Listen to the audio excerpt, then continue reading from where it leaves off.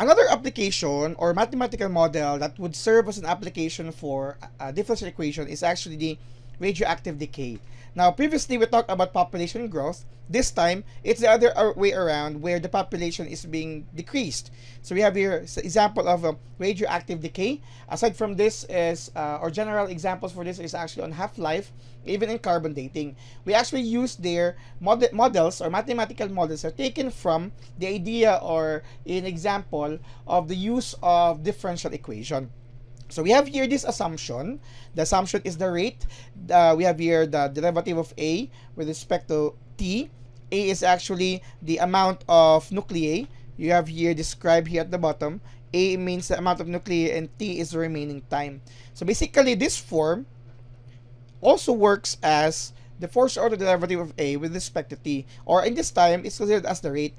So we are told here that the rate dA over dt at which the nuclei of a substance decay is proportional, okay, proportional to the amount of our A at a certain time. Okay, just like the population, it's proportional to the population at a certain or remaining time.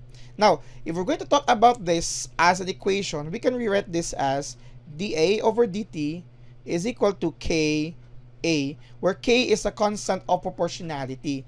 This is very important because we don't know the certain constant of proportionality for specific situations, but since it's proportional, so we have a factor of K for your population. And probably here, we would be expecting that the A would be less than a certain value, let's say less than 1, because we would like to come, K, I'm talking about K, because we're talking about the decrease, okay? Decrease of a certain amount of nuclei. Now, for this time, we can actually draw a formula for the determination of radioactive decay, which is of course applicable to half-life and carbon dating using this. We are going to use here separation of variables, okay? So when we separate variables, okay, we are going to move A on the other side with dA, and dt would be on right hand side, which would mean let's try to multiply both sides here by dt over A. Now, this will be cancelled here. Again, take note of separation of variables. That's one way of solving differential equations, and this is actually considered as a differential equation of our first order. On the other side, you will also have dt over A. This would be cancelled, which would mean you have here dA over your A is equal to K dt. Now, to solve for our A, because probably later on some of the items would ask us the amount of nuclei with remaining with this time and using the constant proportionality and the initial amount of nuclei. Okay, so we are going to solve for A by integrating both sides. So integrating both sides here. So you will have here the integral of dA over A is actually the natural logarithm of the absolute value of your A, which is equal to, here I'm going to factor out K because it's a constant. You have your integral of dt. We know that to be equivalent to actually kt plus a certain c. Okay, c is any constant, right? Now, since we know that our situation for our A, since A is always greater than 0, because that means amount of time at any t, okay? Because if we're talking about radioactive decay, probably it would never reach a 0. It will just be decaying, so on and so forth. So A is greater than 0. So we can say now that the natural logarithm of the absolute value of A is just equal to the natural logarithm of just your A. We're going to use that here. Natural logarithm of your A is equal to kt plus c as well. Now, we would like to come up with an equation for A, not natural logarithm of A. So what we can do here is to use the notation. So we have the exponential form of your natural logarithm of A is equal to the e of the power of kt plus c.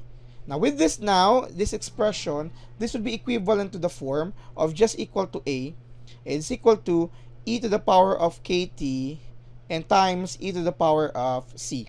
That is because we have here the addition of exponents. So basically, we're just multiplying with the same form. Now, to take note of this, this is still unknown, but this is actually also unknown, but specifically that's very clear to be a constant. And since our amount of nuclei is dependent on the initial nuclei, so we can actually write in this manner, okay?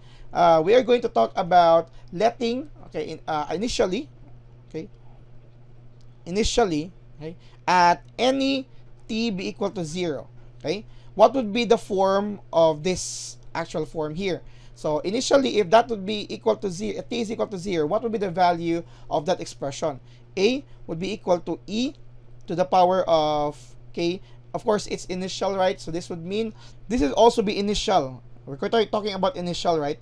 So we have here k times 0 times e to the power of c. So a sub 0 is equal to e to the power of 0 times e to the power of c. That's equal to 1. So a sub 0 is just equal to your e to the power of c.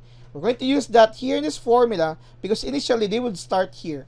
So what would be the final form or formula? Our formula is A, or the mathematical model for radioactive decay is e to the power of kt times a to the power of 0, your initial number of nuclei. Or you will have your A is equal to a sub 0 e to the power of kt. This is the mathematical model for radioactive decay, following this assumption in the process of separation of variable, which is again the one of the process or applications for differential equation. When you look into this, this is similar to the population growth, where population growth is p is equal to p sub 0 e to the power of kt, but this time it's growth, so probably it increases in its population. But for radioactive decay, we're expecting decreasing of population or number of nuclei in this case. So we're going to use this now. This is already the mathematical model for radioactive decay, which is again an application for the use of differential equations. We'll have examples later on, specifically on half-life and carbon dating, which are examples of radioactive decay, and solving such problems will allow us to use this formula and some other techniques as well. Thank you very much for watching.